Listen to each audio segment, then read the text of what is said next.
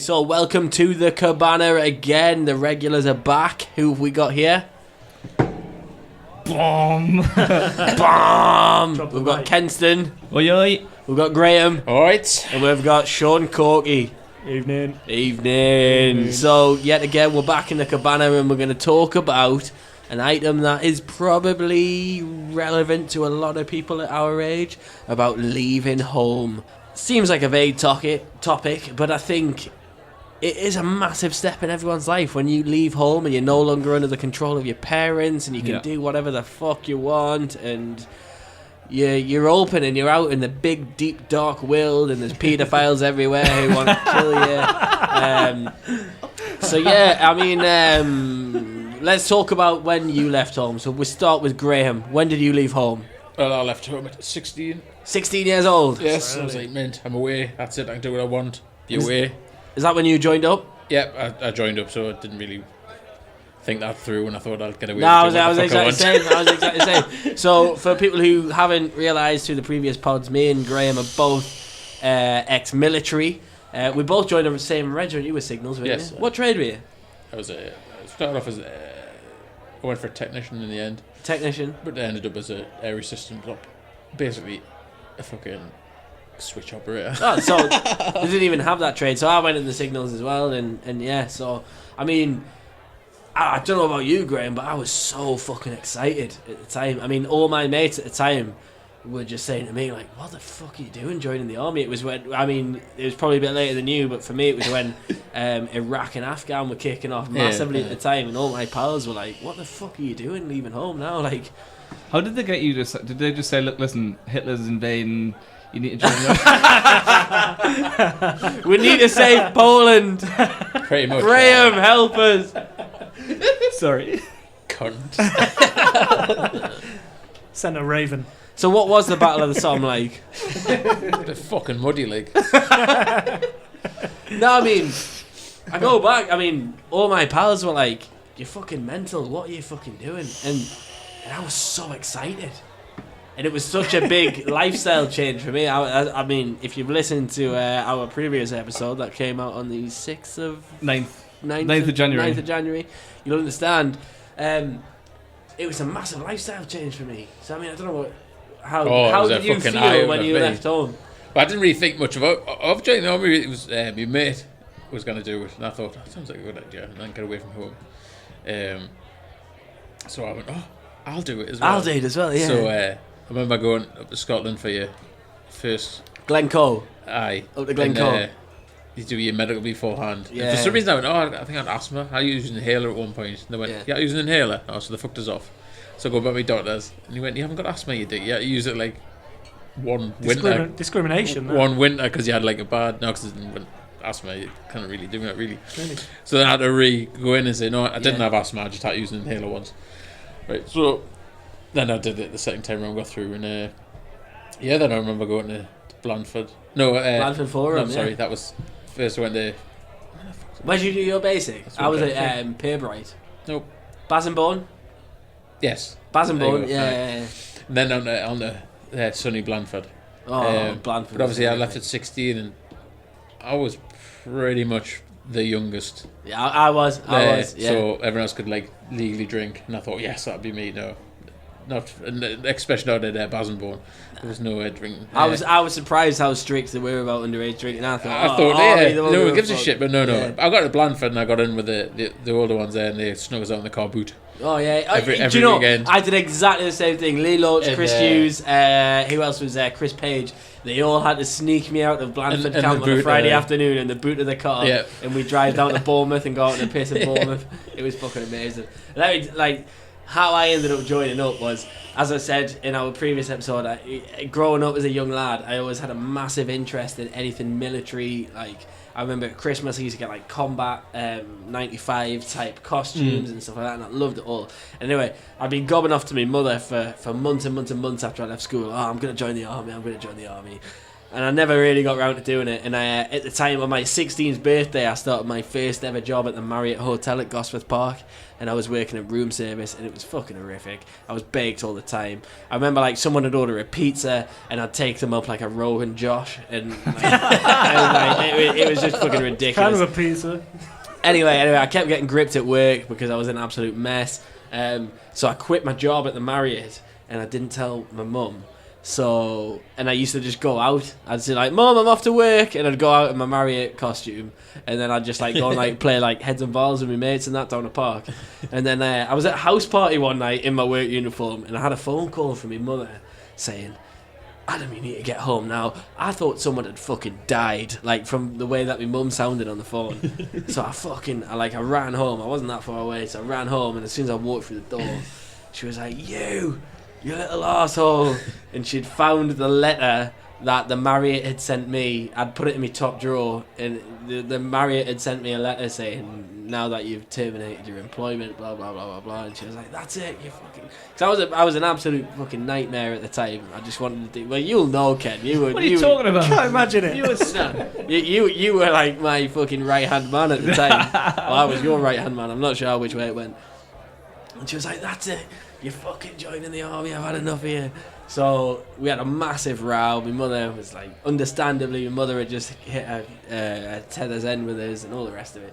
So so we got the bus into Newcastle City Centre down to careers office on the Monday morning, and just before we went in, literally I remember going like I was about to step through the door because I was like, I need a bit of a rocket up the arse to get my finger out and do it. Just as we walk into the door, my mum just put her arm up in front of us and she was like, "You don't need to do this." She was like, "If you want to do it, I'll support you. If you don't, Bless her. we'll work something out." Yeah. And it's my mum down to a T. And I says to my mum, like, I was in some bad habits at that time. I mean, Ken, you'll know more than anyone. It would have done me no harm to get away from my mates at that time because I didn't need any leading astray at that time. I was more than capable of putting myself into self-destruction, so I needed to get away from my mates and all the rest of it. And joined up. That was it. I was before I knew it, I was at Pirbright Army Training Centre. Day one, they got you in, they shaved your head, they did all the rest of it, and nobody. Did they actually do that? Oh yeah, literally day one. It was never a shave to I think you should rename this Cabana. The army. No. I'm just going through my part. Can you shave your head? They wouldn't let you. interesting. They wouldn't let me. You couldn't have it like if you imagine Gumbo Pile, the fucking skinheads. You could never get the skinhead. It had to be short, but it was It was like a two all over. It was like a two all over. You weren't allowed to have any distinctive hairstyle whatsoever.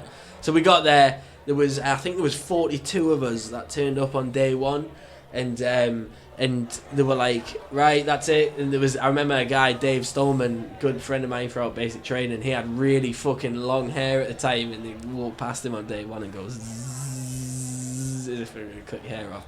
So they cut all your hair off. So then day two, you're out at 6 o'clock in the morning. They had you out on parade, and they went, right, who doesn't want to be here? And this was day two, and about fucking 10 blokes put their hands up and were like, I want to go fucking home. Straight away, that was 10 blokes on day two, gone. And that was it. I mean, just got rid of them. But no, they didn't get rid of them. They just said, look, who doesn't want to be here? And literally like 10 blokes were like, yeah, fuck this, I don't want to. Because you've gone from being at home in a comfortable environment. So what did they do with them? Oh, they just went home. So they let them go? Yeah, just let them go, yeah. That was it, yeah. They hadn't spent any money at that point. Yeah, Right. as you said, they hadn't spent any money, they hadn't done any trading or anything like that, and then that was it. And I don't know about what it was like when you joined up, but they said apparently the army regulations at the time were that they couldn't torture you for like a week. So they were like day like 2 and day 3, day 4, day 5. Nice, yeah. They were like just you fucking wait till next week. With the haircut thing, is that to like strip you of your identity? Yeah, sort of thing, and just go, you're not allowed anything that gives you any form of identity. Yeah. In basic Just training, all the same. they'd openly say to you, by the end of week fucking 14, 15, whatever it is, they were like, you will be a trained soldier. I find it quite interesting, the army. You are completely chipped Yeah. into... Well, when I first joined you Yeah. couldn't be gay. And it was just. I think It we was had just. gay I people. think half through my base, it was when they allowed you to be gay, and it was always people were always like that was the excuse to get out. Oh yeah, I'm gay. I'm gay. I'm gay, or I've done drugs. I tried it once. Like, oh, I'm gay, and it was just when it was coming out. And, See, no, and it was the worst thing I ever did because at that point the sergeant just looked at us and went, "Well, you're allowed now, gay boy." Well, that's it, yeah. So I was just like Tarnished. rinsed for weeks. Anyway, I mean, we could go on about army life. We could do a full 4-hour pod about army life and the shit that goes on. But right, let's go on. Sean, when did you leave home? What were you doing at the time? Why did you want to leave? What did you do? Well, I'd say I'd left home probably 3 separate occasions, but first time would be just university. Yeah. Um, Were you buzzing to leave at the time? 100%. Yeah. Yeah, I was ready. I was like, you get stuck in your little village and you just want to see a bit more of the world, don't you? Yeah. So yeah, I was absolutely buzzing to get to a city, get to Nottingham, spread my wings, and I'm a peacock. You've got to let me fly. but I was so clueless to the world. Like I got to my student accommodation halls thing, and I was with some girls, and I was like, so girls, how do you grate cheese? I was a joke. Do you want to come around in my room and watch a DVD? How do you boil an egg? How do you put something in an oven? Like I was absolutely clueless. Uni basically. Came back from uni, then went to Korea, and So, university-wise, what was your funniest memory looking back? Well, in my first year at uni, there was a guy in my halls who loved to play practical jokes. Mm-hmm. So he proper took his time with these things. He stitched all of my socks together. He stitched all my boxer short legs together. Yeah, so this guy, he wrapped every single item in this girl's room in cling film, literally down to she had a fruit bowl, every single grape. Oh my! Every single grape. So anyway, I thought, right, I'd gone through a few months of this kid. He was a nice lad. He was just funny. So I thought I'm going to get bit of a rascal. Yeah, a bit of a little rascal. So I decided to get my own back on him. So this is probably my funniest memory. I'm decent at doing little silly voices. So I put on a voice, and we had these intercom phones where you could ring other people in your halls. You just type in their room number and you put it in. So he did this thing where he put a bin bag in front of people's doors. Mm-hmm. So when you open the door, because the doors open inwards, and you just see a black wall of bin bag, you had to fight your way out of the door. So I rang him up. I rang him up on his phone, on his intercom, going, "Hello, is this Mr. Ian Mosby?" And he was like, "Yeah." I was like, "Yes, Mr. Mosby. Barricading a fire door is a criminal offence." And I was giving him all this and going, "You will have to come down to the Peveril Security Office and pay a significant fine." So I just saw him. He completely bought it, and I think my friend actually mocked up a little false letter and everything like that. Yeah. So we just watched him walking down to this security office, like biting his fingernails and stuff like that. So this was like a reoccurring character that I used at uni to ring up people and do Peveril security. So that was quite funny. Leaving home. That's my, Enjoy it. That's my anecdote. You have to get out, don't you? And I think you've got to. You've got to take that jump into the world where you can no longer be on your parents' bosom. I think that's it. And there's only so much timing of your dad can time you in showers and say you've been 11 minutes. You're wasting 11 minutes. I think it's more you just need to go out there, and I think you need to spend a period of time making your own mistakes. Yeah. Does that make sense? Yeah. You've got to go out there and learn. Got to live your life, man. I got shipped out of fucking Germany at 18 years old, and before I knew it, I was in the big bad world, and like I made so many fuck ups. It was unbelievable. Like, and I think it's the only way that you learn is by. You have to. You can be told as much as you. When you're living at home, your parents will tell you, "Don't do this. Don't do this. Don't do that." But until you actually learn from it and do it and go, actually that was a mistake, I'm not going to do it again. And at the point where you don't get your parents' input, yeah, that's when you learn. I mean, what about you? I mean, when did you leave home? Because I mean, you practically had a fucking global enterprisation by the time you must have left home, surely. Well, so how old was I? No, so I still lived with my mum until I was about 22. Yeah, It was yeah, about yeah. 7 years ago I moved out, and we moved. So in terms of moving out, you were quite late. But what I'd say was, from before that, you'd done a lot more than any other person I know before they'd left home. Yeah, I think I think I've done a lot of stuff. Like I tried to set up a business, and Yeah. I tried a lot of different things, and I've been sort of done school, college, uni. So I did uni when I was at home. Like I didn't move away. That was to the best uni. time of my life when you had your student loan. Yeah. We'd moved a few times from Alnham Court. We moved 2 or 3 times after that, twice actually. And it was when me and my wife would, at the time we'd been together about, God, put me on the spot. It's been 10 years. We've been together 13 years. Yeah. And Well, I've known Jade longer than I've known you. Yeah, That's a weird thing about Yeah. it, isn't it? And we've been together about 4 years, and we decided to get a place. So we went and we got a flat in Heaton. So I was 22. We got a flat in Heaton, and literally, so we were talking about 3 or 4 days after moving in. Mhm. So finally, we got our independence.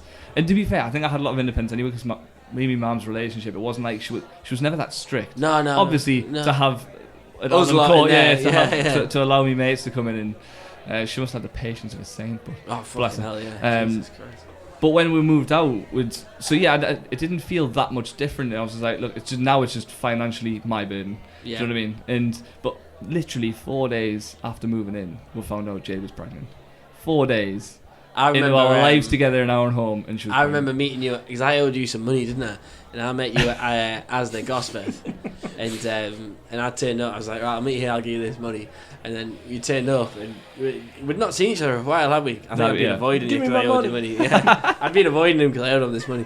And then we turned up, and I was like, oh, there's your money. And we were just stood talking for a while. And I think, if I remember rightly, that was the beginning of all of us knocking about together again, wasn't it? Yeah. Because we met, I'm So sure. I lived in Catterick at the time. You did, and I'm sure we came down to yours. Yeah. It And was. that's when we went to Hickory's, Holy Moly's, whatever it's called. No, it wasn't. Was it not that fit? Was that? Hickory's was when I Was that lived when in. you went to the fireworks up? No, yeah, that time was when you because if you remember rightly, not to bring the mood down, but my dad had died about 2 days before you came down. So we were like humming and hawing about should we do it or not. And to be honest, I just wanted to be around with pals. Yeah. But you guys came down, and if I remember rightly, we got fucking hammered and we watched a load of Newcastle United DVDs, and we were singing like blading races in the back garden until like, and I could have never done that at home. And then we had the firework fight in the park out the back. Yes. Expelliarmus. Expelliarmus! Fucking no! How we didn't get pulled for that? Oh fuck knows. Blew up a park. I Like, it got was a kid's bollocking park. off my wife after you left the next day. I can Jesus imagine that. Christ. But fucking. It's an interesting time of life, I think, when you leave home, because literally everything that you've ever known, and all of a sudden, boom, you're on your own. Yeah. And I remember like. I went from, I mean, Graham might be able to tell you a similar sort of thing. I went from being myself, and I had a room in Germany, which was my accommodation, which was probably not much bigger than this room that we're in now. And I had a bed, and I had a sink. That's what it was when I moved in. That's what it was. And I had about 3 different tellies in. So I had one for me TV, one for me laptop, one for me fucking PlayStation, blah, blah, blah, blah. And then when I got married and moved in our first house, I would still go out like I did every month and buy like an extravagant purchase each month. I'd go out and buy like a fucking £200 pair of trainers or something along those lines. And then like it would I used get to buy my most expensive clothing when I was like 16, oh 15. fucking hell yeah, 80 quid, 85 quid shirts and stuff. Oh fucking hell. Like, if you turn around to me and said buy this shirt for £85, No I'd be chance, like, no. right, fuck off, I can go to Butlins for a weekend for that. You know what I mean? Like, and no, it really is. It's an interesting period of time, and I think everybody struggles at that time. Yeah. And it's hard. I don't give a fuck what anyone says. It is fucking hard. I mean, and then you throw kids in the mix before you know it. You're living with your missus. You have a child, and fuck me, it is hard. You've gone from doing whatever the fuck you want to whenever you fuck you want to do it. Security blanket's gone, isn't it? Yeah, that's it. Yeah, and you've got the safety net. Yeah. You've got that whole thing where you could just go and buy what you wanted, and it was your money. Whatever you made was your money. Whereas now it's not so much It's your not- money. it's You've got to not, be. no. You can't be completely selfish. You've got to be. No. You've got to provide everything. You've I got to don't ensure have that. my own money. I don't. I just leave it to her. I'm the You got same. pocket money. She's the sensible one. If I had it, it'd be like, we'd Same. be fucked. I'm We'd the be, same. we'd be destitute on the streets. Like, me box for kids. Graham's at home with 8,000 games to play out. Yeah. Yeah, it's no, it is. It's what do you guys think was the biggest challenge when you left home? Managing money. I'd agree with you 100%. on that one, personally. There was managing no money. real when I left home and joined the army forever. There wasn't really much like on how you would manage your money. Like you'd have your granddad or your father would be at home would give you that. Yeah. But when you're out, it's like and they'd put you. I'm sure we did one little thing where you sat down and was like, it's not. But it just turned out was you'd go and collect your check once a week. I used to get like not a check, but you'd get your allowance once a week. All right. Yeah. That was you didn't get your full wage. Yeah. So they kind of saved a bit for you. That wasn't you saving it. That was them kind of saving, helping you. But you didn't really get any, guidance. Yeah. So then as soon as you hit my next bit, Do you know what happened? you're working, you'd be I like, think- oh, chitty, you fucking hi-fi, big fucking fancy exactly, hi-fi you yeah. wanted. Bang, I'm going to get that. I'll pay the current later on. Yeah. Your fucking PlayStation, To be your honest, telly, and then you go drinking. Oh yeah. I think I'd still probably struggle with this now if it wasn't for my wife, but I would say feeding myself was probably my No, I like My cooking. hardest I like point. cooking, so it's not a drama for me. nah. The, not for me. No, I like cooking, but also I just eat shit. Like now, yeah. I mean, I'm massive because I I'll pretty eat like shit types of day. I survived on biscuits purely at university. What the stark realization for me when I left home was from the age of 13 upwards, I'd say my mother was always giving me advice: save your money, do this, do that. And at the time I used to be like, Yeah, oh, whatever. fuck, what more money you fucking know? Do you know What what do I I mean? save it for? And then as soon as I left home, and probably not even when it was just me and Carly living at home, probably when the baby came along, I remember like sitting there and thinking, Jesus Christ, I should have listened to me mum. Because even now, sometimes I can ring and speak to my mother and say like, what should I do about this? And she'll be like, oh, do X, Y, Z, blah blah blah blah blah. It's not brilliant now, but longer term, it'll work. Don't worry about it. And I wish, and if I could turn back time, I think I would probably listen to my mother more.